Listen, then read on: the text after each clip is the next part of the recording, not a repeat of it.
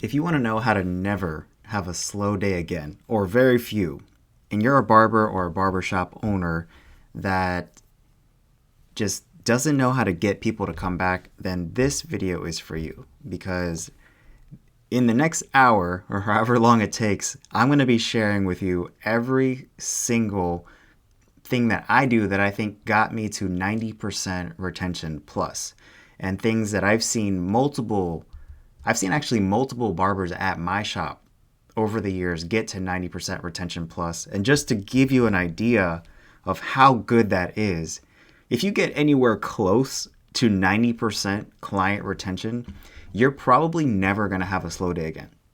You're probably not going to need marketing.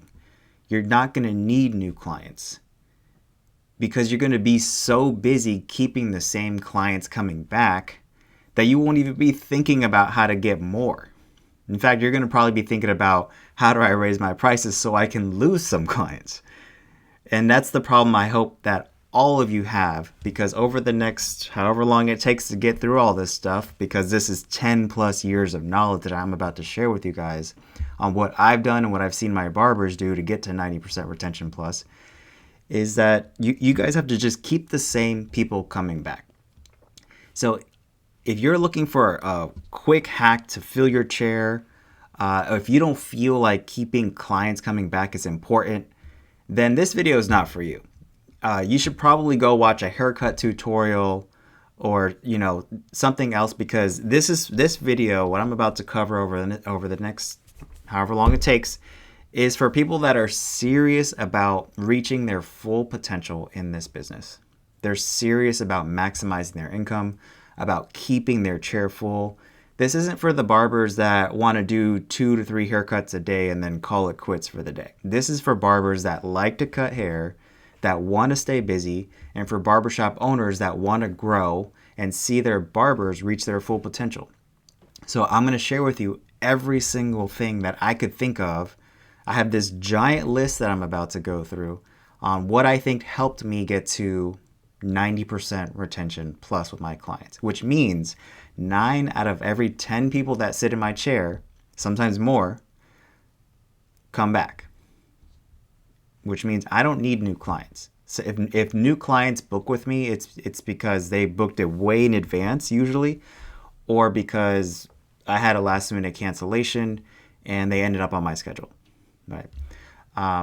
So let's get right into retention. But just so you guys know, like, this is something that it took me a long time to learn, which is why I'm making this video. I'm also making this video for my team because retention used to be a mystery for us.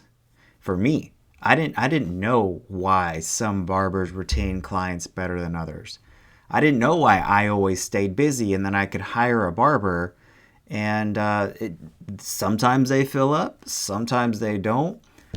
I didn't know why sometimes I hire a barber and they can fill up within a matter of a few months, and others can be there for years and never get fully booked. And I'm telling you right now, when I figured out the secret, it's that they weren't retaining clients. It's simple. It's the truth, and it sometimes sucks to admit it, but if you're not as busy as you want to be, it's probably because you've got a lot of work to do in terms of the things that are happening in the chair before you take the client back or after. And I'm going to go through everything that I do so that hopefully some of it helps you. And this is going to be a massive list that I go through, and you don't have to do everything on this list. But if you do some of the things, I can just say that it worked for me, right? And it's still working for me. And a lot of the barbers at my shop that stay busy do these things. So this is, like I said in the beginning, this is only for people that are truly serious about keeping their chair full. If you don't like cutting hair, this video is not for you, because if you do some of the things on this list, you will have more clients than you know what to do with.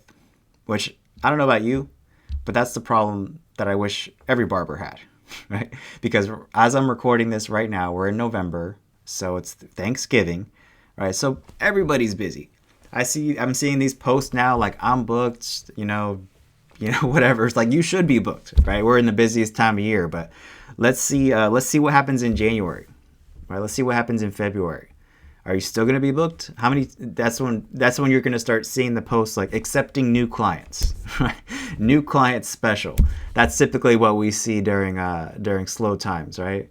When you see great clips advertising $4.99 haircuts, right? So this is why retention is so important, and hopefully you guys get that now. So I'm gonna get it. Well, let's get into why retention is important. So if you are, well, first let me show you mine, right? Because I like to start with proof. So if you're watching the video, if you're looking on the screen, this is my retention from, let's see, looking at July.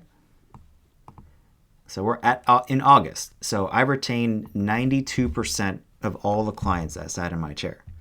That was August. Well, actually that was April, because, and we'll get into this in a second, but how we measure retention, there's always this huge delay. So in April of this year, my retention was 92%. So 92% of my clients came back. Looking at May, 93%. So it got better. And then our most recent month that we know is accurate, my retention was 90%. So there was a slight dip. And then as of right now in November, I'm at 83, but the month's not over yet because we're looking at July. So we're actually at the end of this month, we'll know what the actual final retention numbers are. But as you can see, I'm not the only one at my shop that gets these kinds of numbers. There are other people that are doing it. So I know that it's not just me, and that these things can be replicated by other people. And a lot of the barbers that are at my shop that are staying busy came to us with very little to no experience. So you don't need experience to become fully booked. You just need to realize that this is the game. Like, if you want to stay busy as a barber, then the game is, how do I get people coming back? If you're just getting started, then you need to know marketing, or you need to go to a barbershop if you're a barber that does marketing for you, so that you can just focus on retention, getting the same people coming back. But once you get a steady flow, I would then start to shift the question to, if I've been working at a barbershop for 2-3 years and I'm not fully booked yet, then I would ask myself, what happened to all of the clients that I cut? It's a tough question to ask because you're probably not going to like the answer. And it's that they didn't come back, right? And there's only 2 reasons why people don't come back. They either don't live there or they didn't want to come back. So this entire video is going to be focused on, how do I get people to want to come back? Because we can't do anything about the people that don't live here. And that's often an excuse that a lot of barbers like to use. Well, a lot of my new clients don't live here. Well, my counter argument to that is, the new clients that don't live here, that are just in town visiting, wouldn't be able to book with you if you just kept the same people coming back that do live there. So unless you work in an airport or a hotel or on a cruise ship, chances are you're probably in that scenario, not in that scenario if you're watching this. You could probably get a lot of your clients to come back. And that's the game, because you don't want to be in the marketing business, right? I think you need marketing if you're getting started, or if you want to grow, right? Or if you're in a new location, new area where nobody knows who you are. But if you've been in the same place for years and you're not fully booked, then you need to focus on, why aren't people coming back, and solve that problem. So this is, let me also give you a couple other examples of why retention is so important. You don't need as many new clients if you're always keeping the same faces coming back. And I don't know about you guys, but I would rather keep the same people coming back over and over again. I like just picking the conversation up where we left off last time. I don't want to go into this whole consultation to get to know. I mean, new clients can be cool. I get it. Like, every now and then I get a new client and it's like, that guy was really cool. But for the most part, I'd rather just see the same people over and over and over again. I don't want to constantly playing this game of always looking for new clients. No, I'd rather just keep the same people over and over. New clients are expensive to get. We got to run ads. We got to maybe do a discount to get them in the door. Like, no, I just want to keep the same people coming back over and over again. So this is what it looks like when you have low retention. If you're looking at the screen now, this is the graphic that I shared on my Instagram a while back. But this is what it like low retention looks like visualized. It's if on the left-hand side, there's a bucket with no holes. That represents a barber or a barbershop that is retaining their clients. And the bucket is being, we're pouring water into that. That water is clients, and the hose or the whatever is marketing. All right, so you're constantly feeding new clients in, and if you keep them, they turn into regulars, and then your business grows. The bucket overflows. But the same scenario on the right-hand side, if we have we're pouring water in, we're adding clients with marketing, the marketing's working, but we have a ton of holes in this bucket, right? It's leaking, and we're losing clients. So then we have to keep doing that, right? And so this is why, you make so much more money as a barber and as a barbershop owner if you can just keep the same clients coming back, because at a certain point, you can dial back the marketing, all right? Because you're keeping clients now. So I would never say turn it off. I would always have some marketing going, but you can turn it down if your retention is good, because you don't need as many new clients. You're always going to need new clients because you're never going to be able to keep all the clients that sit in your chair. But you don't want to be dependent on it. You don't want to be that you will go out of business if you stop marketing, because that tells me that you may have a retention problem if you're that dependent on marketing. And then you will build a lot faster if you have high retention. And I did some math a while ago, and this is one of my favorite graphics that I've ever created, and this is based on our numbers, so it might be different for you. But I did some math to try to figure out so I could pass it on to my team, how long does it take to get fully booked as a barber, right? This is probably either consciously or unconsciously that a question that almost every barber has when they first get started, or if they're starting at a new shop, or if they're new to a certain place, is how long does it take me to get fully booked? Well, in our shop, this is the answer. Based on our client volume, if you are retaining 50% or less of your clients, you will never become fully booked. Because think about it, at 50%, for every one client you gain, you lose one.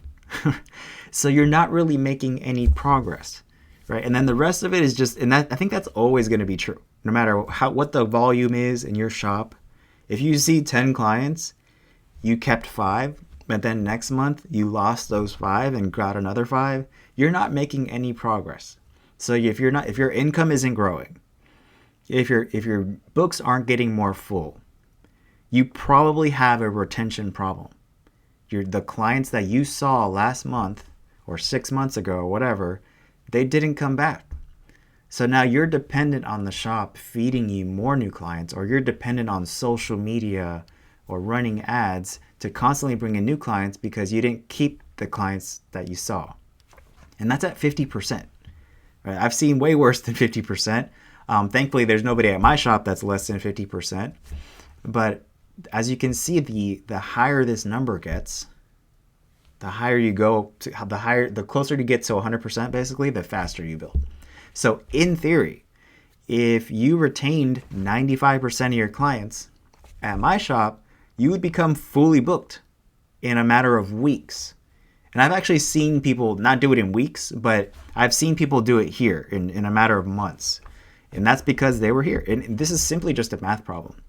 You can take these numbers, put your barbershop's numbers in them, go into ChatGPT, go into Gemini and say, if we see this many clients and we work this many hours, how long would it take to get fully booked?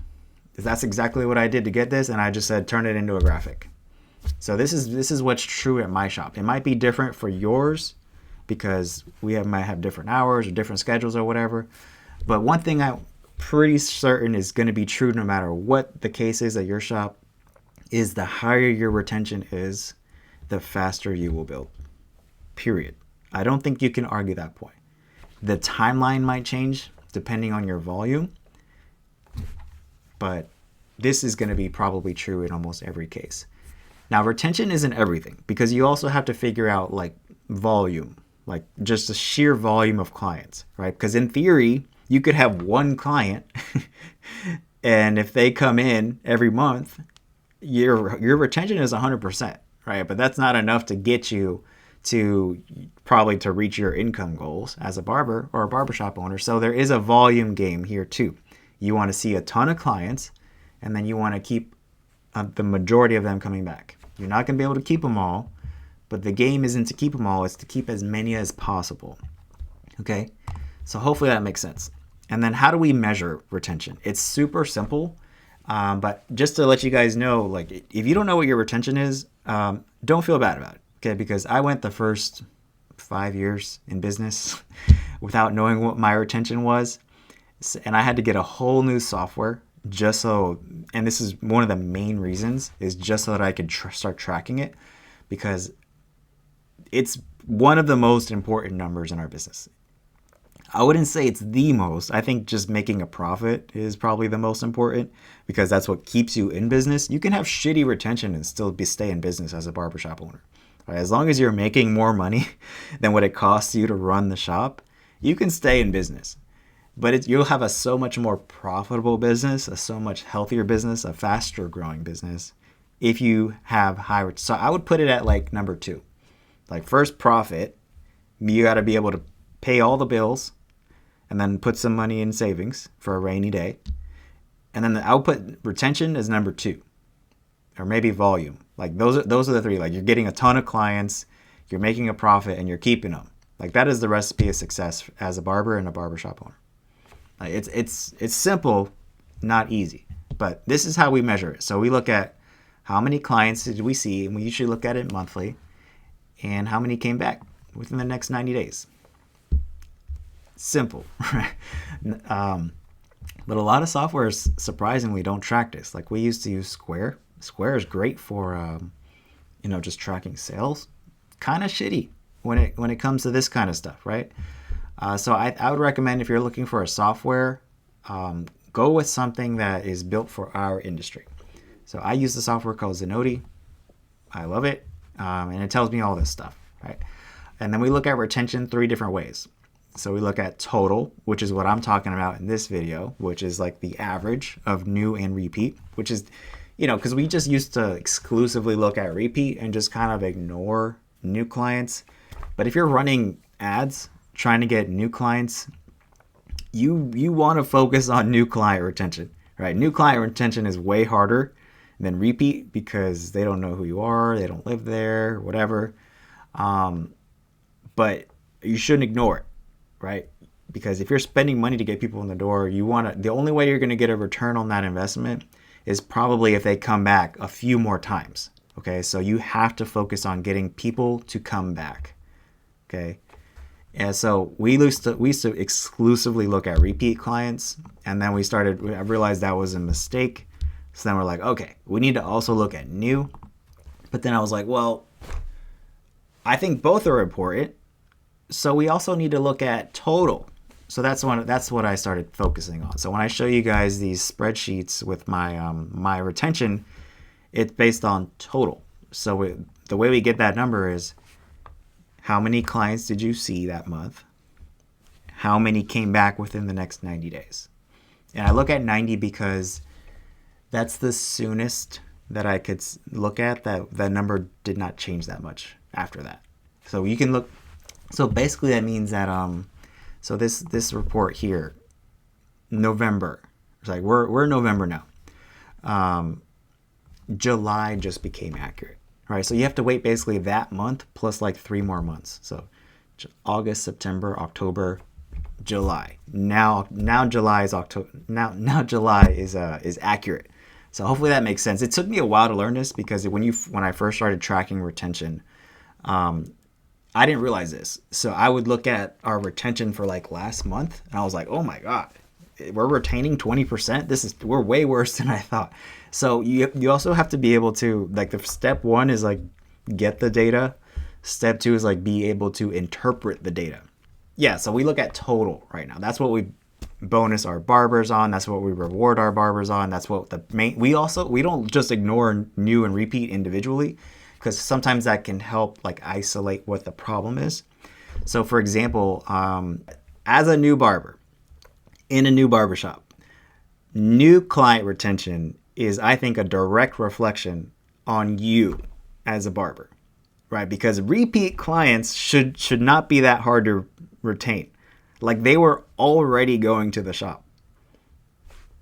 All you got to do is meet the same standard as the other barbers that cut their hair before, and they'll come back, right? So you could look at new client retention as they came back because of you, right? And then you could also look at it like they didn't come back because of you, right? Because the other side of retention that isn't talked about a lot is called churn, right? So if you kept 90% of your clients, that's amazing. That's world class, in my opinion. That's elite. You're one of the best. But we still lost 10%, you know? And that's always going to be true. And the only thing you can do is try to shrink that number. But if you think about it, like that's a lot. You know, if you see 100 clients, you kept 90 of them, it means you lost 10. This is why I never recommend turning marketing off, right? Because even your best barbers, as a barbershop owner, or if you're a barber, it doesn't matter how good you get, you're going to lose clients, right? And so you always have to have some marketing machine bringing in new clients, because even if you get to 90% retention or even 95, you still lost clients, and you got to figure out how to replace them. So you guys will probably never hear me say turn marketing off, but you could dial it down as your retention improves, but I would never tell you to turn it off, because you're losing clients every single day, every single month. And the busier you are, actually the bigger that percentage gets. So you're losing a lot. Like if you're seeing, you know, some of our barbers at our shop are losing, or they see about 150 to sometimes 200 clients a month. So 10% is 20 clients, you know, if you're seeing 200 clients a month. So you need 20 clients next month just to stay where you are. We're not even talking about growing, just to maintain. Okay. So that's why retention is important, because you don't want to, because if you had 50% retention and you're seeing 200 clients, now I got to go find 100 more clients next month just to get us back to where we were. That sucks. That's really expensive. That's a terrible business to be in. I don't want to be in that business. I want to be in just keep the same people coming back business. All right. So that is why retention is important. I showed you the proof, and this is in, you know, the report ins and naughty, if you guys are looking at my screen, so you can see I'm not just making these numbers up. These are my actual numbers. So I retain more than 90% of my clients right now. Okay, and now let's talk about how I did it.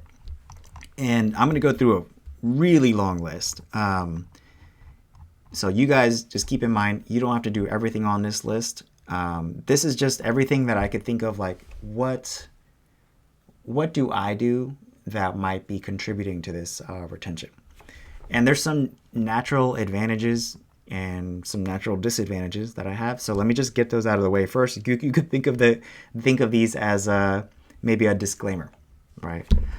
So let's talk about some of the advantages, because some of you guys might have the excuse that you're the owner, so and so. So you know what? You're right. So one of the advantages that I have is I am the owner. All right. So whether it's true or not, I don't know. But like, a lot of people think that the barbershop owner is the best barber in the shop. I don't think that's the case in my barbershop. I definitely don't think I'm the best barber. But there's a lot of clients that specifically want to go to the owner. I don't know why, but because I'm the owner, a lot of people want to go to me. I wish that wasn't the case, and I've even gone on our website and kind of removed myself from a lot of the stuff. I removed, like, it just says barber on my bio now, like for when people on my booking link, because I don't want people to really know that I'm the owner. But people, I don't know, people figure it out somehow. But so that's an advantage though that I have. It's like some people like to go to the owner because they think that I'm the best. I'm not, but that's what they think. So that's an advantage that I have. Okay.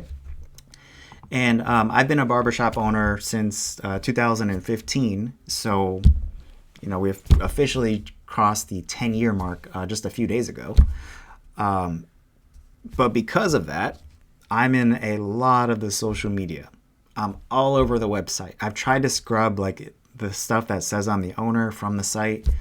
But I'm just like, if you go to our social media, you go to our YouTube channel at our shop, I'm in a lot of the stuff just because I've been there the longest, right? I try not to be, right? Like we try to rotate people so that it's not always my face, because one thing I know now is that like if I'm in every single YouTube video and I'm in every single social media post as the barbershop owner, well then everybody's going to want to go to me. And that doesn't help my barbers at all. So I try to rotate the barbers. For anybody that's willing to be on camera, I try to rotate them so it's not the same person over and over again. But I am in a lot of the social media and stuff, so that does make people want to come to me, right? And also, I have a lot of reviews in my name because, again, I've been there since 2015. We have over 2,000 reviews on Google, over 2,100 and counting right now. I'm in a lot of the reviews. It says Alex, right? So people read the reviews. This is why I'm such a big proponent of, like, if you're trying to build your clientele as a barber, focus on reviews, right? The way people find your shop may evolve over time, but one thing that is always going to be true is human psychology. People like to go with the crowd. And nowadays, reviews are almost better than word of mouth. Because it's like, if you just move to a new city and you don't know anybody, what are you going to do? You're going to go to the place that has the best reviews, right? So we have a shit ton of reviews, and my name is in a lot of them. So that is an advantage that I have. But this is why I also tell the barbers that start at my shop, I actually do something special with the new barbers is the first week that they're at my shop. I don't know if I'm going to do this forever, but this helps them, it helps the shop. It's a win-win scenario. When barbers started my shop, I said, if you can get 10 5-star reviews on Google in your first week, I'll give you a $100 bonus. So it's like $10 per review. Because I know how powerful Google reviews are, and if the more reviews that somebody has with their name in it, the more likely their book is going to fill up. So because I have a shit ton of reviews with my name in it, people want to book with me, right? So that's another advantage that I have. And the last one, I'm sure I have more, right? But I've been at the same barbershop since 2015. Now it's my shop, right? But I haven't gone anywhere else, right? So barbers that move constantly shops, they bounce around. I call them shop hoppers, right? They apply at my shop all the time. But they're constantly moving from this shop to that shop. And it's like, no wonder you're not building, because you haven't given it enough time. Like even our best barbers take like 3 to 6 months to become fully booked. So if you're leaving a barbershop before 3 to 6 months, like no wonder you're not becoming fully booked. Like it takes time. People like consistency. They want to see the same faces over and over and over again. So I've been at the same shop. It's my shop, but I've been there since 2015. And I see barbers all the time that move shops. They leave our shop, they go somewhere else, and they end up bouncing around afterwards.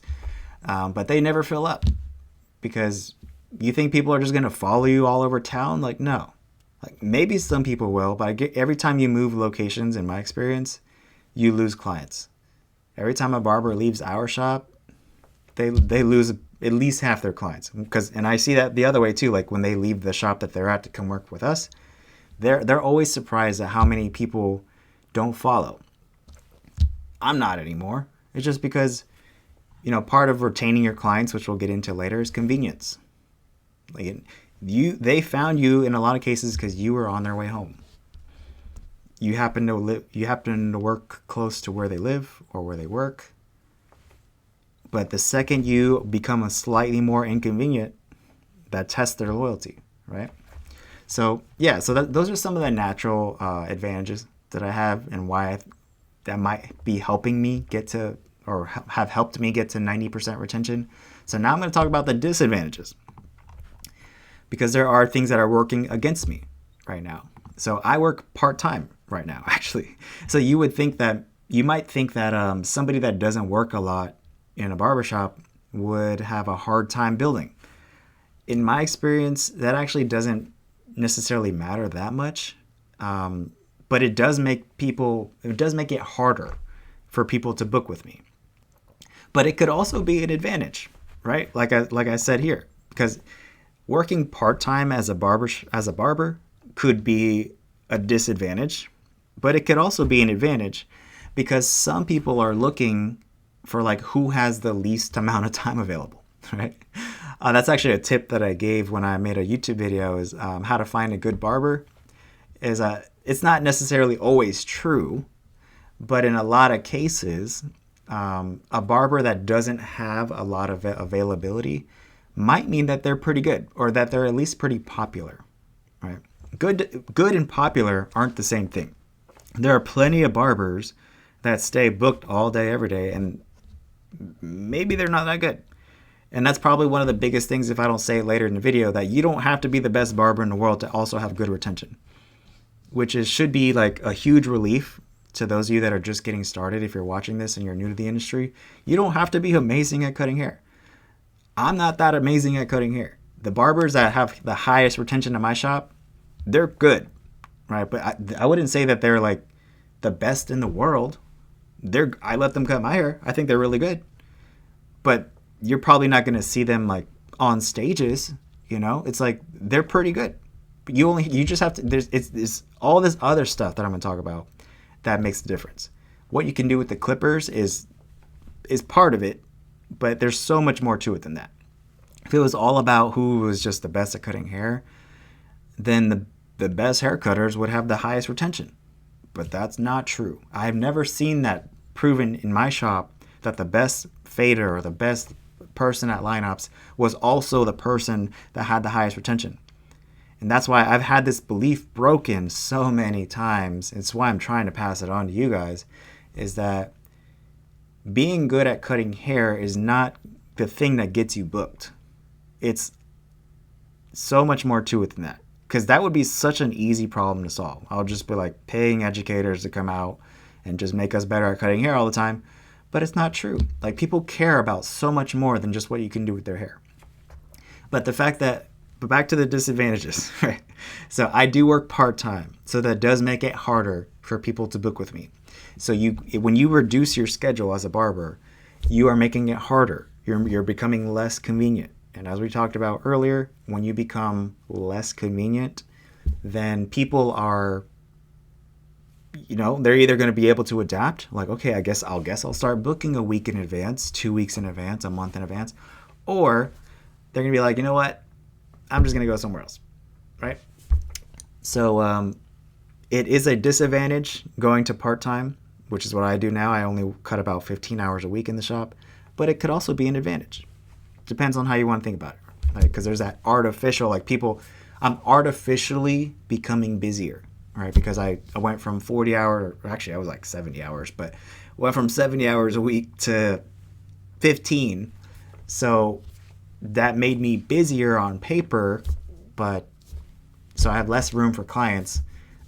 So it just means it's more competitive now to get on my schedule. Another disadvantage is that I do bounce back and forth between locations.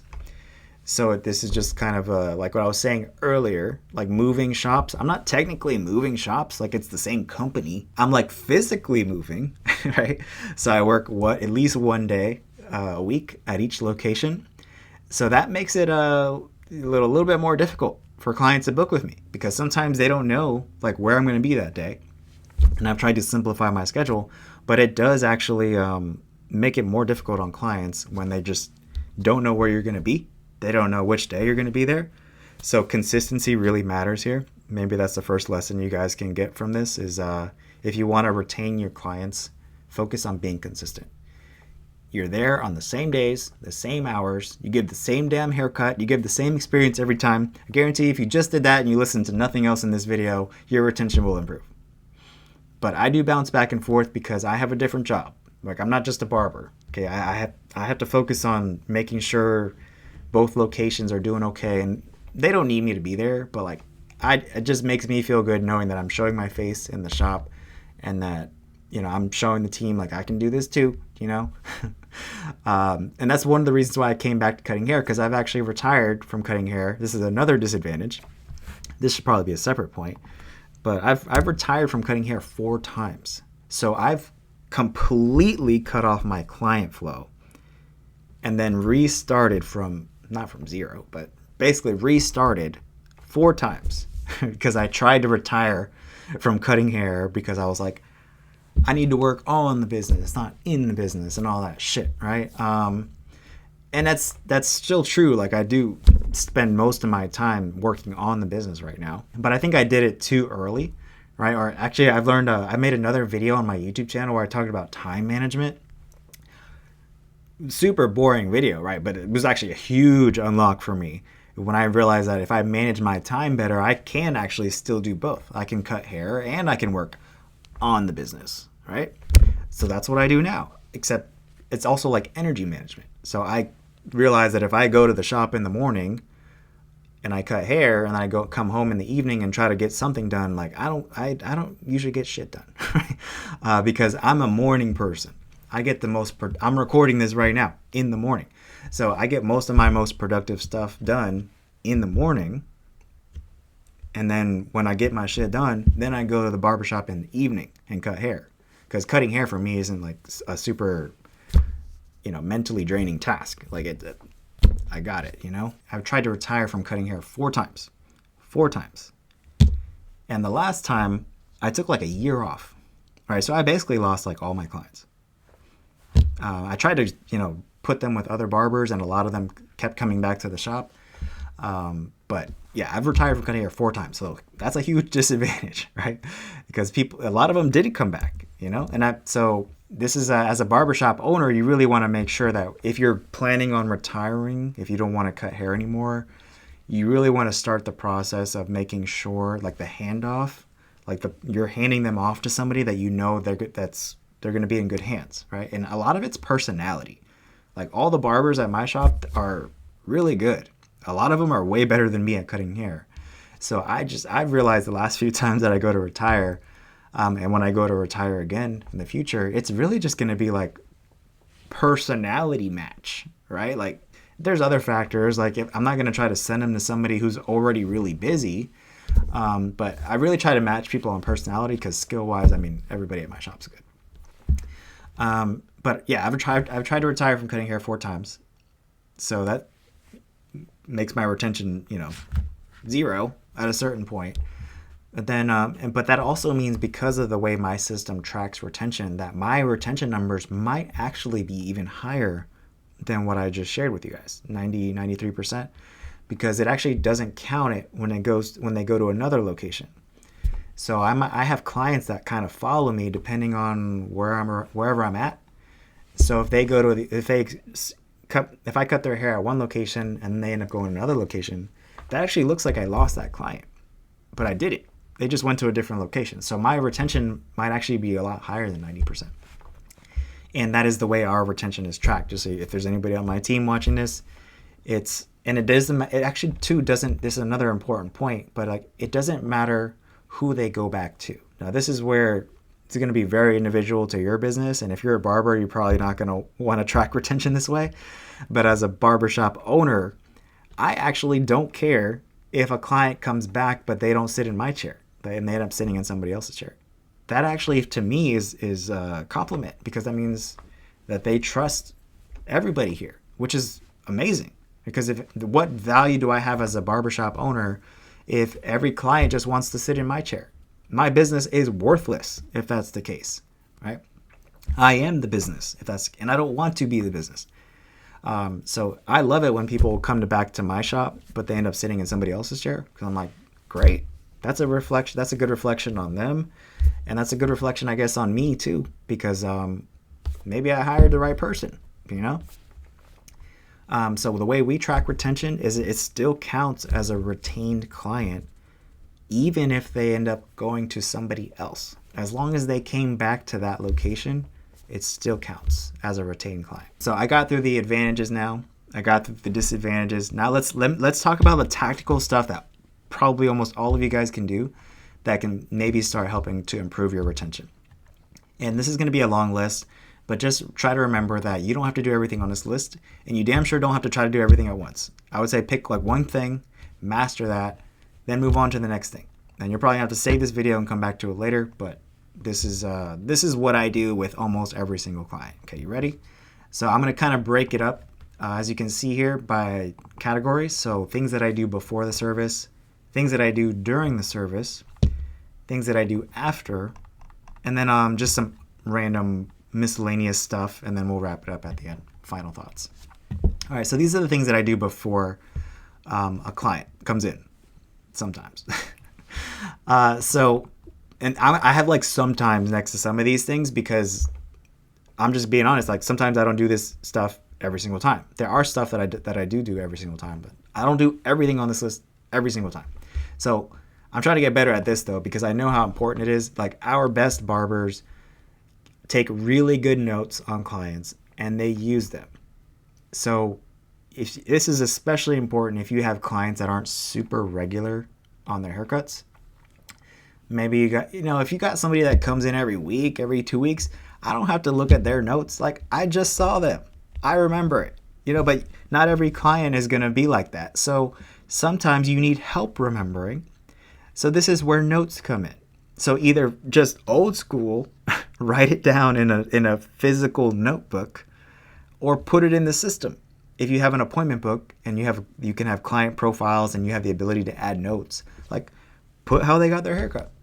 Because like I said earlier, consistency is one of the things that clients care about the most. So if you don't give them the same haircut every time, you're not going to see them again. People want the same thing every time. And one of the easiest ways you can do that is, technique-wise, use the same tools, use the same system, and then do the same thing they got last time. The do the same thing they got last time is by you putting the notes in there, exactly what you did last time, right? And then you can also use notes for way more stuff, like what they do for work, their kids' names, if they have any important, this is probably the most underrated way to use notes, but the barbers at my shop that stay the busiest, that have the highest retention, including me, use notes for more than just how they got their haircut. You can use the notes to give you clues and almost like talking points the next time that client comes in.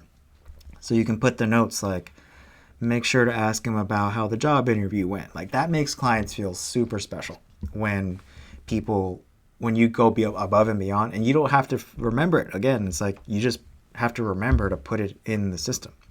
And sometimes, we're busy, we can't do this right away. So at the end of the day, you could just do a dump. Sometimes I get home and I'll do it the next day, right? But you want to put it in the system while it's fresh so that the next time that client comes in, because it might not be for 6 months, you know how special that makes a client feel if you cut their hair one time 6 months ago, and then they come back and you're like, hey man, how'd the job interview go?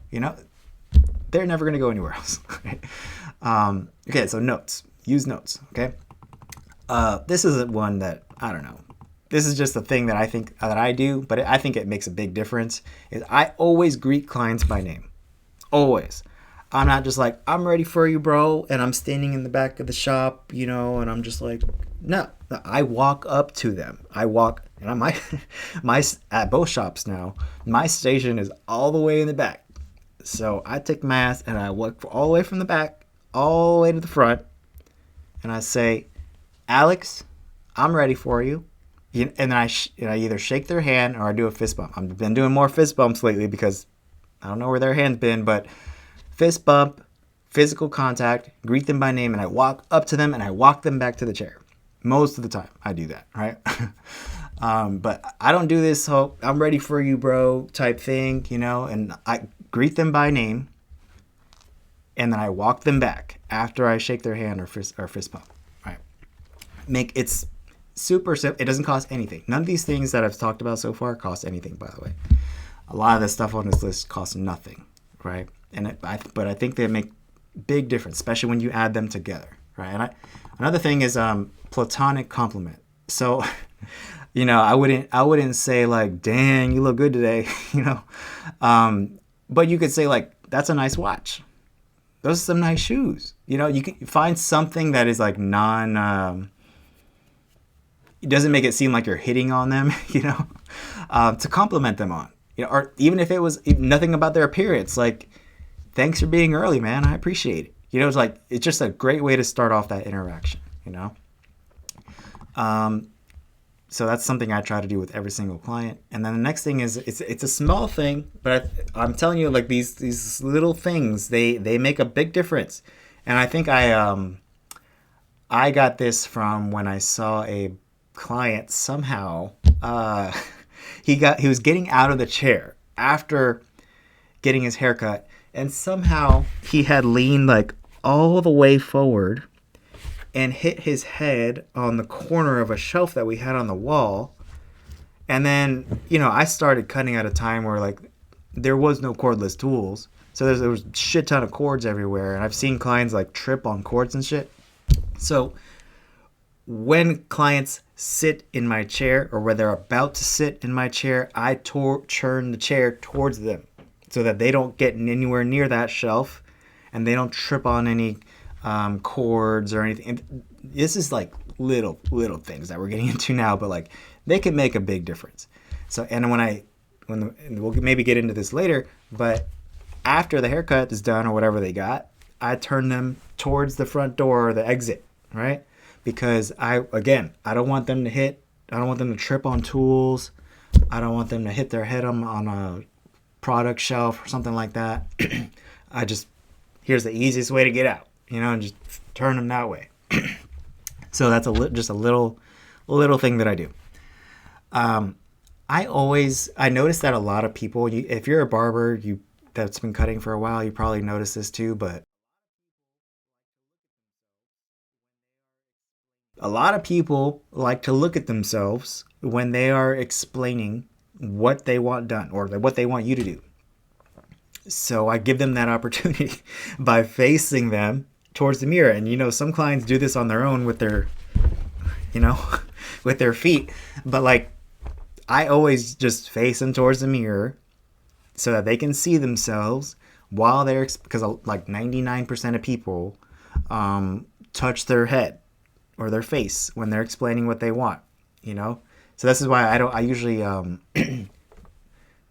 put the cape on before I ask them, what are we doing today? Because I know the second I ask them, they're going to be like, and then shit, and now I still got to put the cape and the next strip on. It's like, so it's a little thing again, but I always face them towards the mirror so that they can see the mirror while they're telling me what they want done. And I either look at them through the mirror or I lean against the station and face them head on during a consultation. I have a 40-something minute long video on how to do a great consultation, so I'm not going to get into that here. If you're curious it's on my YouTube channel. Just check that out. But I think that is the single most important thing before you do somebody's haircut. Even if you do nothing else, like, just give them a great consultation. Because I've seen more barbers mess up haircuts from not asking a simple question, follow-up question. And I think it had nothing to do with the skill. I think it was just like there was just some miscommunication. You just have to remember, like, you're not, in most cases, the person sitting in your chair is not a barber. So you have to, I just assume that they don't know what they're talking about, if it's a new client especially. And you just try to ask a few more questions so that you can make sure they get the haircut you want. Because if you're a good barber, like, skill-wise, then you might be losing clients for the simple fact that you didn't ask enough questions during the consultation. You guessed and you got it wrong. That's what it comes out to. So just watch that video on my YouTube channel. It's 45-something minutes of goodness on how to do a great consultation. But that's the key, is you just don't assume. Like, ask more questions, figure out what they want, pull up a picture if you have to. Before you start cutting hair, you need to be sure this is what they want. So these are just some of the things that I do before the service. Before I've even touched their hair, those are some of the things that I've already done. Okay. Now we're going to get into what do I do during the service. Okay. So during the service, I check in with them. So and this is a tactic that I learned because not everybody likes to talk. Not everybody likes to talk during their haircut, which I'm actually fine with. I think as a barber, you have to be adaptable. You have to know this client wants to talk or he feels like talking versus this client doesn't. You have to be able to tell that, right? And you adapt, right? Because if you force somebody to talk that doesn't want to talk, they're not going to come back. Versus also at the other opposite end of the spectrum too. If somebody really wants to talk and you're just ignoring them the whole time, they're not going to come back. So you have to be able to adapt, right? So this is especially effective for those guys that don't want to talk. So you can help kind of break up some of the silence by just checking in with them throughout the haircut. But this is also effective because it gives people an opportunity to say like they want to go a little shorter, right? If you just ask them, you open that door for them, and they're like, actually, yeah, can you do mind going a little shorter? Then they're way more likely to come back, right? Because they feel comfortable giving you feedback. So that's one of the things I talk about in the consultation is one question you can ask, even if you did the haircut last time, like, is there anything you didn't like about your last haircut? Even if you did the haircut, because if they feel comfortable giving you feedback, then, I mean, a lot of barbers don't make their clients feel comfortable giving them feedback. But if you're asking them, is there anything I can do different? Is there anything I can do better? Is there anything you didn't like about your last haircut? And they can give you feedback and feel like you're not going to get mad at them. That puts you in a pretty small club, I think. And it also tells you if it wasn't you, like, okay, just don't do what the last barber did and you're good, you know? So yeah, check in throughout the haircut. I learned this also by doing, and I'll get into that later, but sometimes if you explain what you're doing too, that can help break up the silence. Yeah, I'll just talk about it now. So I've learned because we've filmed a shit ton of YouTube videos for our barbershop, that if you explain what you're doing, it breaks up the silence. But man, some barbers our clients feel like you have such a deep understanding of their hair, and it's like you're just doing what you normally do, except you're just saying it out loud. Because sometimes, you know, especially if you're not a barber that likes to talk or whatever, you got a quiet client in your chair, you can break up the silence a little bit by just explaining what you're doing. Like, especially if you're working on the back of their head, like they can't see what you're doing. They might be wondering it. You can just tell them like, oh, I'm just going to grab my texturizing shears real quick because your cowlick's sticking up. So this will help it lay down a little better. Like you instantly gained a little bit of authority. You look like more of an expert in their eyes when you explain what you're doing. We learned this by doing YouTube videos, because we're talking, we're explaining what we're doing throughout the haircut, and then at the end, after we finish recording, the clients would be like, "Dang, I learned a lot," you know. So I realized like, oh, what if we did this with every client? What if we treated every client like this was a YouTube video tutorial? We're just not recording it, but we're still saying everything we're doing. Try it. See if it works for you. Another little thing here, but I turn them towards the mirror when I'm cutting the top, because again, the reason why I'm doing this is because I don't want them, the first time they see their haircut, to be at the end, right? Because a lot of clients know you're done. So if they don't see their finished haircut till the end, they know you're done. So they're going to feel like shit asking you to, can you go a little shorter? Right? Or actually, can you take the fade a little bit higher? Which as a barber, we know that basically means a whole other haircut. So I try to give them opportunities, and I use my mirror as a tool. I turn them towards them when I start, because I usually start on the sides when I'm doing a haircut. And then so I start with the sides and then I go to the top. But when I go to the top, I face them towards the mirror because I want to show them, because an inch, guys can exaggerate inches, right?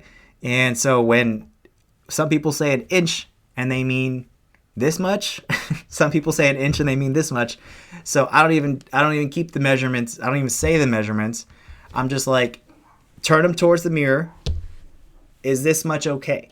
I'm not saying inches, centimeters, feet. Like, is this okay? I show them, right? And then we go from there, okay? So the next thing, and this is probably one of the most important parts of the haircut, but I try to keep the conversation about them. Like, so many barbers use their clients as an opportunity to just, I saw this saying earlier, which I liked, is they just try to trauma dump on their clients. And like, clients do not want to hear about your drama. 99% of them don't. It's unprofessional, and they're coming there because they want to feel better about themselves. So you're being super selfish if you are constantly talking about yourself while there's a client in your chair. You got to keep the conversation about them. This is a skill, right? This is human nature. We're our favorite subject that we want to talk about. But you can learn the skill of being a better conversationalist. It just takes some practice. Right? There's a really good book that I recommend to people all the time, which is called How to Win Friends and Influence People. Read that book and just start practicing it. Keep the conversation about them. Don't trauma dump on your clients. They don't care about your personal drama. 99% of them don't, right? Keep it about them. They want to talk about themselves. So give them that opportunity. I talked about this earlier, but you can use the notes to reference something from a previous conversation. And I think the reason why, like, how did the job interview go? Because I think the reason why this is, if I could just sum up why I think this is so effective, is because it makes clients feel like you're not just another head. You're not just another number in their chair. Like, you actually remembered. Maybe you did or you didn't, but you brought it up and you took the time, and that level of effort shows that you care more than most barbers. So what I like to do is I like to reference something from a previous conversation if I remember or if I put it in the notes. And that goes a long way. That goes so far with your clients. This is huge, right? I'm sure you guys have seen the memes. I don't know. I've seen them, but like the client's sitting in the chair. There's hair all over their face, all over their nose, all over their ears. And they're just staring at the neck duster on the station, just waiting for the barber to grab it. Have you guys seen that? Well, it's funny, but at the same time, like, barbers do that all the time. Barbers do that all the time. And so one of the easiest things that you can do to help increase your retention is just to help keep your clients comfortable. Like, I abuse the shit out of my hairdryer because I probably like 4 or 5 times, maybe more if it's a clipper cut on top, and blowing clients off with the hairdryer because I know what it's like. Because I usually get clipper cuts. I know what it's like to sit there with these little sharp loose hairs, and I have like straight, like almost Asian hair.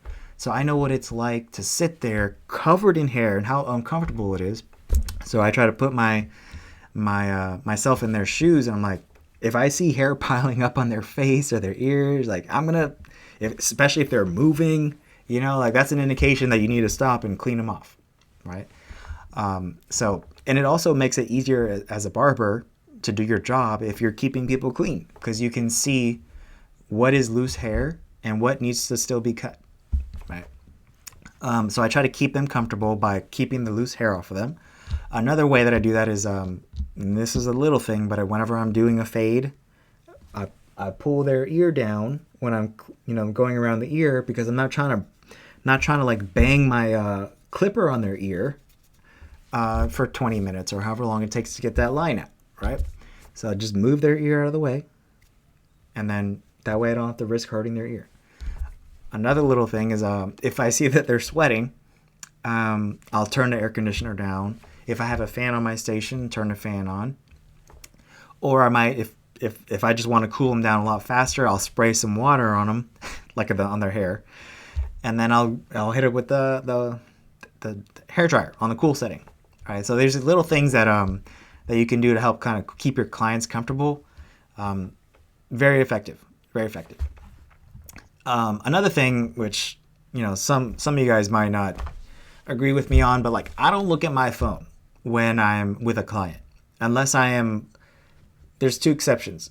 I'm trying to pull up a haircut photo, something that I'm trying to find what I think they're asking for, so that I can, during the consultation, so that I can make sure that they get what they want, or I'm looking up their notes, right? And the other exception would be and it's not my phone, but if somebody calls the shop phone, I have to step away to get the phone. But I'm not answering text messages, I'm not responding to DMs. Like, no. When you're in my chair, you're the most important person in the room. I don't even interact with other barbers most of the time when there's a client in my chair. Even when they're trying to pull me in the conversation, I'm like, I might say something quick and then back to my client. The client is the most important person in the room when there's a client in your chair. That's my mindset, at least. So the phone can wait. We have online booking and we have a shop phone. If people really need to get a hold of me or they want to book an appointment with me, everything else can wait. And I don't wear a smartwatch. I think that is silly. I don't need to feel my wrist vibrate every time somebody comments on Instagram or whatever. Like, it can wait. It can wait. I think it's more of a distraction. I think it slows barbers down more than it makes our lives more convenient. So I don't wear a smartwatch. I have a smartwatch, but I don't wear it to the shop. And like I said, when the clients are in my chair, they're the only focus. Like, I don't care about anything else. When there's a client in my chair, they're going to get 100% of my attention until they're done. The only exception would be there's something that requires my attention, like the shop phone ringing, a walk-in coming in, or whatever. But those are problems that I'm trying to solve. Like, we might get an AI receptionist or just a real receptionist so that I can spend even more time, and all of us at my shop can spend more time just focusing on our clients. This is another one I'm going to get hate about, but I don't wear headphones when I'm with a client, or ever really in the shop, because why the fuck would I've listened to all of those songs before. I don't care about the music. Like, music to me is just background noise. The most important thing is the person in my chair. I can listen to music on my way home. I can listen to music at home. Music isn't paying the bills. The person in my chair is. So I don't wear headphones ever when there's a client in my chair. And most of the barbers that have high retention in my shop don't do this either. So that should tell you something right there. At least in my experience, in my world, the barbers that don't wear headphones, and the exception would be if there is, some people need it for like a hearing aid or something, totally fine. In fact, I encourage that. If you can't hear your clients, and that's a major problem. But if you're just wearing headphones to listen to music, I mean, no wonder you have low retention. You're not even paying attention to the person that's potentially willing to pay your bills for you for the next few years. So I don't wear headphones ever when there's a client in my chair. You don't have to do that. I'm just telling you that's what I do, and it works for me, right? And like I said earlier, I explain with what I'm doing, but I don't always do this with regulars, right? Like explaining exactly every step of what I'm doing, like almost like it's a YouTube tutorial. But I almost always do it with new clients, because new clients just have no idea what's going on, right? They've never been there before. They're not familiar with how you work, right? Some of my clients I've been cutting for years, they know that when I'm lining them up, they just turn, right? Because they just know how I do it. But with new clients, I got to tell them, like, hey, do you mind turning towards me so that I can look at you head on, so that your line is straight? Like, they don't know that. So just tell them, you're thinking it anyways. So yeah. And this is something that I think I'm a big fan of, over-delivering, right? Because value is is the difference between what clients paid and what they feel like they got. It's perceived value, really, because it doesn't necessarily have to cost you a lot of money. But if clients feel like that was a $100 service and you charged them $50, that was a great deal in their mind, right? So one of the ways that I try to add value, if I finish a haircut early, I might just do it again. I just repeat my steps, and this is kind of like cross-checking. right? But you can cross-check the sides the same way that you would cross-check the top. The way I do that is if I faded up, then I will fade down to just cross-check. And this actually is the difference, I think, between like a okay fade and like a blurry fade, is just going over it again. You know, like the first pass was just like the rough draft. It's just like when you do a straight razor shave on somebody, the first time you shave them, like it's pretty smooth after. But if you go over it again, it's so super smooth the second pass, right? So the haircut's the same way. If you finish a haircut early, like they booked a 30-minute spot with you, and you finished it in 15 minutes, I would probably either go over it again, or I would see if there's anything else I could do, and I'll just add it on for free because they already paid for the time. So I'm not trying to make them feel like they were rushed or whatever. Some clients want to get in and out. I had two examples last week of a case where time management is so important. It was in the same day too. I had 2 appointments come in. They were almost back to back, not quite, but I had a guy come in. I forget what his appointment time was, but let's say it was 2. He's like, hey, I have to. His appointment was at 2. He's like, I have a meeting at 2:30. Right? So I was like, got it. And I got him out in 20 minutes. Right? He still had plenty of time to go upstairs and go to his office and help on the meeting. Right? The second one, same scenario. Like he was getting a haircut and a beard trim, but he's like, I have to be somewhere at 7, and his appointment was at 6, and he's getting a haircut and a beard trim. That would take me. I wouldn't normally take me an hour, but that's what we allow for that, right? But I got it done, right? So sometimes there is So my point is, there sometimes is a case where you do want to get clients in and out as soon as possible because they have somewhere to be, right? But in most cases, people will appreciate if you spend that little extra time on them, as long as it's not putting you behind. You know, that's the key. It's like, we got 30 minutes to do the haircut. If it took you 10 minutes, spend another 5 to 10 minutes, like really making sure everything looks good, or add something else on. But we don't want to charge somebody like $50 and then just spend like 5 minutes on them. They're going to feel like that wasn't really worth it, you know? Because you also didn't have enough time to build that connection, which I think is one of the most important aspects of being a barber that has high retention. So yeah, this is what I talked about. Just over deliver, right? If you have time, add something on for free. Is like check their ears, you know, if they got any ear hair, if they got some long strays on their eyebrows or their nose, like just clean that up real quick, you know? It goes a long way, and it's one less thing that they have to do. All right, so that was before and during the service. Let's talk about after. I think this is one that a lot of barbers don't think about because, you know, it's like clients are on to the next thing. Sometimes barbers are on to the next client mentally, but I think this is almost as important as the first two. But I always clean them off, always. And I like to clean off their shoes. I don't know why, but like our capes, maybe your capes are different.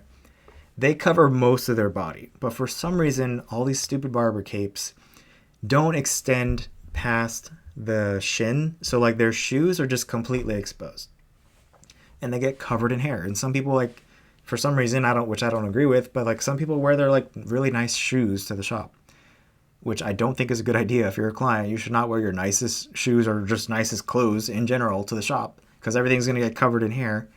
But at the end, I try to clean off their face, their head, but also their shoes. Right? And just, it's real quick. I'm already cleaning them off anyways, but I try to hit their shoes real quick. And in some cases, if somebody has like some really nice shoes on, I might offer them a towel. So like, hey, do you want to keep your shoes covered? And it's just like cleaning towels that we use. And I mean, so I've done that before. Lately, this is something I've been trying to make a habit of, especially if I do a beard trim, because I put shave gel all over somebody's face. But I try to hand them a clean towel at the end of the service because, you know, I try to get everything I can with the towels that I have. But chances are that I probably miss some loose hair or some stray shave gel. So this is something I just started doing, but I think clients really appreciate it, is I'll just reach into my station, grab a clean towel and I'll be like, here you go. Here's a clean towel in case I missed any spots. I think they appreciate it. And then I always, this is something I always do, especially for skin fades and for head shaves, is I always double check around the ears for missed hair. And it's whenever we have a barber that does a haircut with us for their technical interview, but when they're looking for a job, this is the first place that I check, is right behind the ear, because for some reason a lot of barbers just don't check there. I mean, I don't get it. It's a real quick and easy thing. After all that hair needs to come off anyways, even if it's not a skin fade, just check to see if there's any hairs that you missed, just anywhere really, but especially around the ears, because that's really easy for a client looking in the mirror to see. Handing them the mirror is huge. A lot of barbers will just like, all right, you're done, and take the cape off. Like, they don't get to see their head until I get home. So you can just, and it's something I don't always do, but I try, especially if it's a new client, I try to hand them a mirror, spin them around so that they can see the back. I want them to check it out from all angles, make sure they're happy with it. During the checkout, okay, I try to reference something that we talked about, because I don't know, it's something that I do, I think, naturally, but I think people really enjoy it. But if somebody told me that they're on their way to a wedding or they're going out of town, I say that. That's one of the last things I say to them, is I say, have fun at the wedding, enjoy your trip, safe travels, happy Thanksgiving, happy holidays, things like that, right? Because it shows people that you are listening and that you're paying attention. You're not just like mindlessly cutting their hair. This is something that I do with every single client, is unless it's a client that doesn't live there, I'm going to offer to rebook, and I'm going to ask them if they need a product every single time. You can increase your rebooking and retail sales right now by just making this one thing a habit. Every single time you check somebody out, ask them if they need a product, ask them if they want to set up their next appointment. Every time. It doesn't matter what they said in the chair. You have amnesia when you go to the front desk, and you just pretend you're a robot, and this is part of your programming. Every single time you check somebody out, do you need any product for home? Do you want to set up your next appointment? Unless they don't live there. Then you just talk about the product, right? And then whatever else you want to push, like Google reviews or memberships or whatever. But like every single time it has to happen. And that's where you'll see the results come from, if you're consistent with that. The next thing is I clean the chair in between every single client. We actually disinfect the chair in between every single client. We started doing this during COVID, but I was just like, this is something that we should probably keep doing, because it's kind of gross when somebody gets like a head shave and a beard trim, and then you sit them up, and then they have like that head grease or print on the headrest. You could put a towel on it too, but it's just like, why not? A restaurant will sanitize the table and the chairs that you sit in before you sit down. Like, why can't we do it as barbers? That's like our main responsibility, is to not get people sick. So why not? And we, of course, sanitize everything that's legally required, right? But sometimes this is part of the thing I talk about in my How to Cut Hair Faster course, but like sometimes, you need every second you can get, and I don't have all my tools clean by the time I take the next client back. So while I'm cleaning, I'm also doing a consultation. So, but they're seeing me do it too, which I think, sometimes people want that. Sometimes they want to see that you're cleaning it right in front of them, especially with the razor. So I've seen some people can you put a new razor in there? Like, because they've had, bad experiences in the past, but like, it's good for them to see you putting a brand new razor in the razor before you do a shave on them. Like, it's just that little bit of assurance that you're not going to pass anything on to them. Okay. This is something I learned from, anytime you interact with a business in general, you can learn something from. But I learned this particular thing from, I don't know which company I was calling, but after about the 100th time of about to get off the phone with somebody, and I heard them say, "Is there anything else you need? Or anything else I can help with?" I was like, I'm going to start saying that at the shop. So the last thing I tell people before I take the cape off is there anything else I can help you with? If they say no, then, which is 99% of the time, they say no. And I'm like, okay, cool. Take the cape off, go check them out. But maybe every now and then there is something like, oh, would you mind hitting, or maybe I forgot. Maybe they asked me to hit their eyebrows and I totally forgot. So like when I say that, is there anything else I can help you with? That's their opportunity to let me know if there is anything else I can help them with, something I might have forgot, right? So super powerful. I always say thank you. I mean, I don't know. It doesn't cost anything, but whenever I check somebody out, I always say thank you, right? Because I am thankful, right? They can go to any shop, any barber that they want, and they chose us. They chose my shop. They chose me. So I am thankful. So I just tell them that. Like after I check them out, I say thank you, right? It's something so small that I think a lot of barbers may not be doing, but I think it means the world to clients. Right? They probably know you're thankful, but it can't hurt to say it. Like it doesn't cost anything. Just say thank you when you're checking people. When you're taking people's money, just say thank you. They'll appreciate it. This is something I started doing when I was first getting started. So if you're a new barber and you don't have a whole lot of volume, I definitely recommend this. But follow-ups. So you haven't seen somebody in a few weeks, a few months, follow up, right? We actually have our most effective automation that we have in our software is one that just does this automatically. It's just like if it's been more than a few months, I think it's like 2 months, or they automatically get a text from us, right? But you can also do this manually if you don't have the access to these tools. But you would do this anyways, right? If you had a really small number of clients. So as the shop grows, though, you just maybe need tools to be able to do this. But follow up with people, right? You want to get to the point where you don't have to do this, right? Because if you're retaining 90% of your clients or more, then you don't have to follow up because you're going to see them again in a few weeks. But if you're just getting started, or if you have low retention and you're trying to improve, then I highly recommend you follow up with people. Or you can even just maybe not wait till they're overdue for a haircut, but just the next day be like, hey man, this is Alex. Just want to make sure you're happy with the haircut. Who does that? Nobody. Nobody does that. If you started doing that, that would set you apart. So I would recommend that. If you're just getting started, if you have just a few, or you're trying to build, you're trying to fix your retention, start doing follow-ups. It'll probably help out a lot. And this is something we don't do right now, but we have done, is we would literally handwrite thank you cards I think we were doing it to every client. Yeah, every single client, and we were doing it every month. We stopped doing it because I don't know that it made a huge difference in retention. We also didn't do it for very long, so that could be why there wasn't like a measurable difference. But handwritten thank you cards, hey, if you're trying to fix your retention or if you're trying to build up fast, they're super cheap on Amazon. All it costs is a stamp, the envelope, and some time. And it might make a difference. And then, I don't know, this is just me, right? Because I don't work for tips.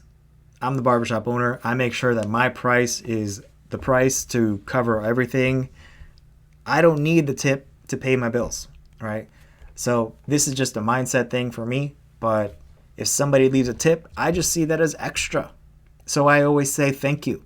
If it's like $5 and I did 3 haircuts, like who cares? They could have left 0. Like tipping is not mandatory. And actually, if you guys didn't know this, tipping is like an American custom.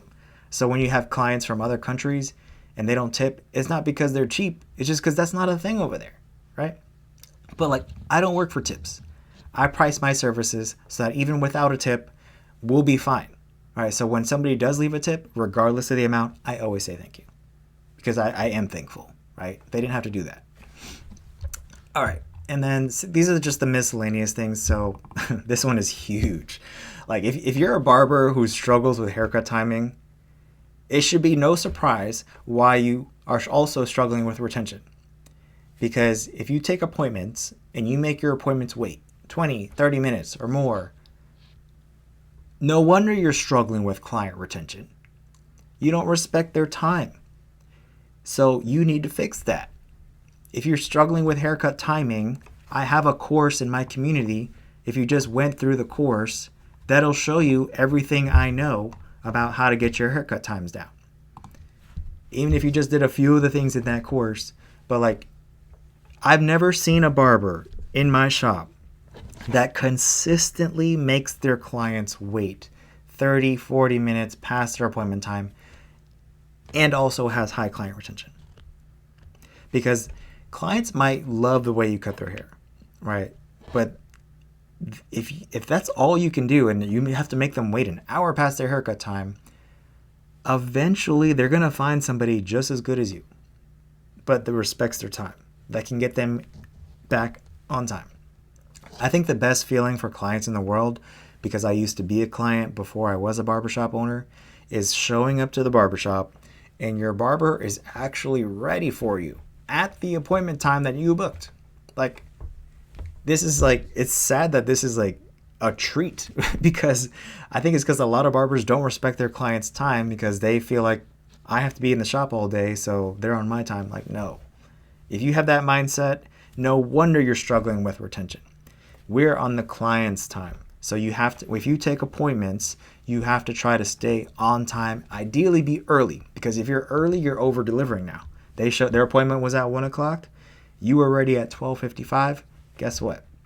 That rewarded that behavior, so your clients are more likely to show up early now. The opposite happens too. If you're constantly running behind, if your clients do stick with you, guess what's going to happen? They're going to start running behind. Because why should they show up on time? You've punished that behavior so many times that it's like, what's the point of being on time?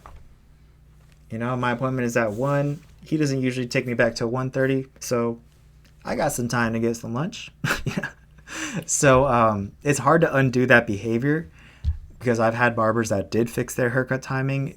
But it took a while for the clients to realize that and to start then coming in on time for their appointments. So stay on time or early if you want to fix your retention.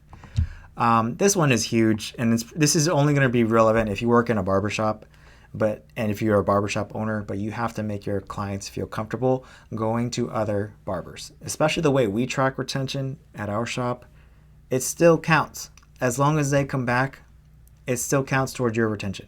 So you have to have the mindset, especially if you're a barbershop owner, that they are still supporting your business if they come back. If you're a barbershop owner and you're getting mad at your clients for going to other barbers in your shop, no wonder you're struggling with retention, right? Because they're afraid that they're going to make you mad by cheating on you. So what do they do instead? They go to a completely different business. So I never make my clients feel bad about going to another barber. In fact, I encourage it in the sense that when they do it, I make sure to go out of my way and say, hi, thanks for coming in. Good to see you again. While they're in the chair with somebody else. And the barbers that have the highest retention at my shop do the same exact thing. And I think that's no surprise. Another thing here, this is just me, no judgment here, but I don't smoke or vape. So, when I'm lining up somebody's beard or even when I'm just standing next to them, like I just smell like me. Right? I don't smell like the smoke or the cigar or whatever, the vape that would just, if you do that, whatever, right? But just know that it's a little thing that I think could be making a difference. Appearance. So this is, I don't know if this makes a difference at all. I mean, appearance for sure does, but I wear the same shit every day. Like I wear a black Under Armour shirt, black golf pants, black sneakers, black socks. Every day. That's my uniform that I made for myself. We don't have a uniform at my shop, but I didn't want to think about what I'm going to wear every day. So I'm just like, I came up with an outfit that I'm like, I got 20 of each, and then that's what I wear. But I try to keep my hair cut. I try to keep my facial hair neat because people do absolutely judge you on the way you look. One thing that also helps with retention is getting your regular clients on a membership, if you have that option, or at least get them to rebook. Because the more you can get people to come back, The more frequently you can get them to come back, the more likely you are to retain them. So if people have to go online and fight for a spot last minute, you're less likely to see them again. And I think that if you're just getting started, or if you're trying to fix your retention, you have to be a lot more aggressive about rebooking. You can't just say it like I said it. Like, I have a course on rebooking in my community, so I go over exactly how to do it. But you have to, in short, you have to just be a lot more aggressive if you are getting started, because you have to convince them to do it. You're not busy yet, so you have to convince them. I don't change my schedule too frequently. I almost never call out, and I'm always early. I don't remember the last time I called out. I don't remember the last time I was late to the shop. And I think that's just a reflection of your mindset as a barber. If you're always calling out, if you're always late, I mean, I think that shows up in the way you work. Like, how, you heard that saying, how you do everything is how you do how you do anything is how you do everything. Well, no wonder you're not retaining clients, because you're always calling out sick. So now we got to move those appointments to somebody else's schedule, and then now they're gonna start. That's that person's client now, right? So you have to be reliable. You have to be consistent if you want to have high retention. I don't think this makes a difference at all, but I have had clients tell me that they like it, and I always wear gloves, because I think I just have like soft skin or whatever, but I'm like super prone to hair splinters. So I don't care that it's an added cost now. It's just part of the cost of business, but I always wear gloves. But I think people appreciate it, and I actually do think it helps me do my job better, the fact that I wear gloves, because if somebody's got a pimple right here or whatever, I'm like, whatever, I don't care. They got a bunch of blackheads, dandruff. I don't care, I got gloves on. Where if I didn't have gloves, I'm like a lot more hesitant to put my hands on that person, So I do think gloves help you do your job better as a barber. And some clients have actually complimented me on it. Like, I love the fact that you wear gloves, because they know that not every barber washes their hands in between clients, So this is also something that's super optional, but I'm just letting you guys know, this is everything that I can think of. I've been working on this list for, I don't know, a couple months. So everything that I could think of that I do that might help boost your retention as a barber. And so I don't do this frequently, but every now and then I do make exceptions. Like if I'm fully booked, I might come in early, I might stay late, or I might come in on a day off where I'm not normally working, just to take care of that client. I'm not doing that for everybody, right? So it's got to be the right guy, the right person. But man, does that make people feel special if you do that every now and then. I'm not saying make this a habit, but if you make people feel special by coming in early, staying late, or coming in on your day off every now and then, that will for sure help with your retention. Okay. And then the last thing, as far as like miscellaneous stuff, I show up at my best. Okay. I'm super boring. I don't stay out late night partying. I don't play video games all night. I don't drink alcohol the night before if I know I have to go to work the next day, because I want to be, when I'm at the shop, I want to be at my best, which means I need to get to sleep on time, and I need to get good quality sleep. So I don't do this. I don't do anything in short. I try not to do things that are going to affect my performance for tomorrow. Just think about it like if you were an athlete and you had a big game tomorrow, right? Like, you probably wouldn't be doing anything crazy the night before, except that's me every day, right? If I have to work the next day, right? Weekends are different, but I try to show up at my best at the shop, and I think clients can tell. Okay. So we finally got through the whole list. I don't know how long we've been recording. Hour and a half. Holy shit. But I just want to leave you guys with some final thoughts. Retention is the most important number besides profit in your barbershop. I went through, I don't even know how many things on this list. And yes, I do almost every single one of them, but I don't think you have to do every single one of them. So I'm just going to leave you with some final thoughts, okay? Which is that you don't have to do everything on this list. Like we have a barber right now that had really poor retention. So we are actually helping this barber just one thing at a time. So at first it was like, okay, instead of, making clients feel rushed and doing the haircut in 10 minutes, let's spend a little bit more time. Let's do a better consultation. So we did that and retention improved. Okay, cool. You got that down. Now I want you to focus on rebooking. So once that barber gets that down, it's like, we'll probably see retention go up even further. And it's like, okay, so you can just keep stacking these things on top of each other. So you don't have to do all of these things at once.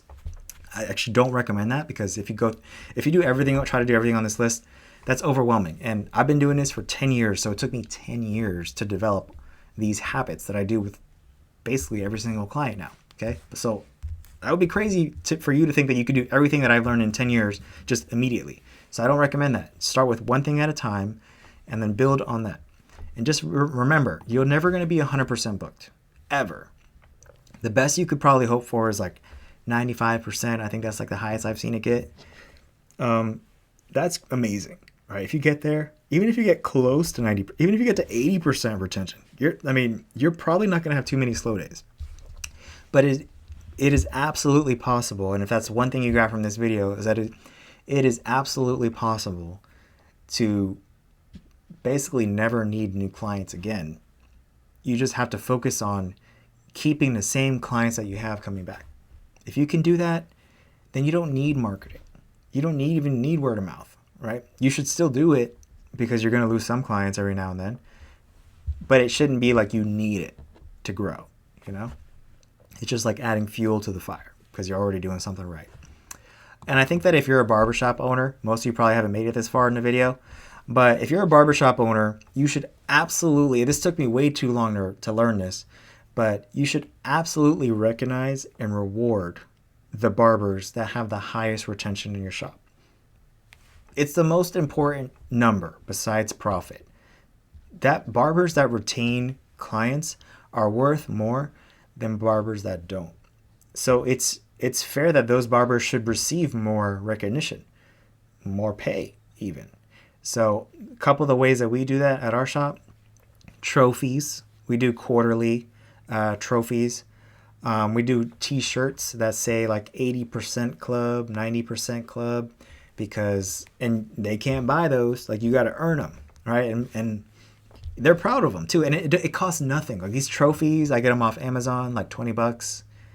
T-shirts, $20, but it's like, it's what it means. Like, you're in a small club. That's why I said 80% club on it, because you're in a small club that not too many people get to.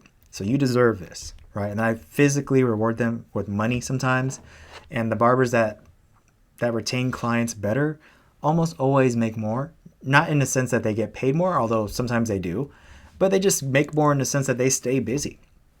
But they absolutely earn raises and things over time as their retention continues to improve.